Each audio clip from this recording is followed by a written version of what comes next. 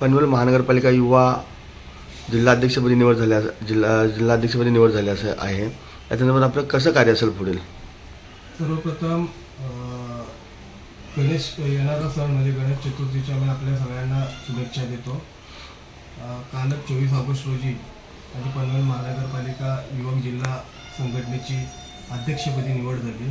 त्याबद्दल शेतकरी कामगार पक्षाचे नेते मंडळींचा मी मनापासून धन्यवाद देतो. मला राजकारणामध्ये आणि समाजकारणामध्ये एक संधी निर्माण करण्याचा संधी त्यांनी जी दिली आहे त्याचा निश्चितपणानं फायदा मी येणाऱ्या काळामध्ये या पनवेल महानगरपालिकेच्या ज्या समस्या आहेत, ज्या समस्यांनी विळखा घातलेल्या आहे, इथल्या पनवेलच्या जनतेने जे त्रस्त झाले त्यांना न्याय देण्याकरता या पदाचा मी वापर करणार आहे.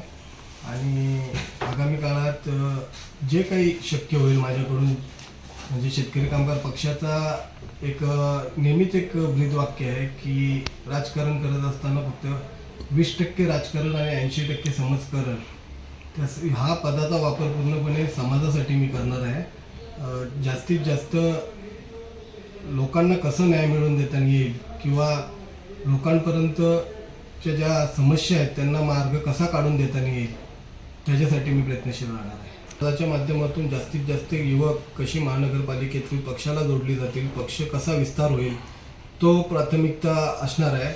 आणि बेरोजगारीचा विषय झाला तर आम्ही 1-1.5-2 महिन्याआधीच नावडे येथे मोठ्या भव्य प्रमाणात रोजगार मेळावा घेतला होता. त्याच्यामुळे त्याला काय पद असो नसो बगल देता कामा नाही.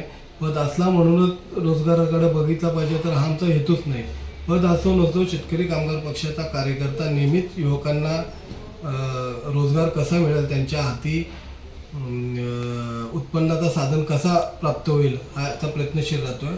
आणि याच्या पुढे देखील आपल्या इथे अनेक कंपनीज आहेत, अनेक ठिकाणी आपल्या नजदीकच्या ह्याच्यात अनेक व्यवसाय आहेत.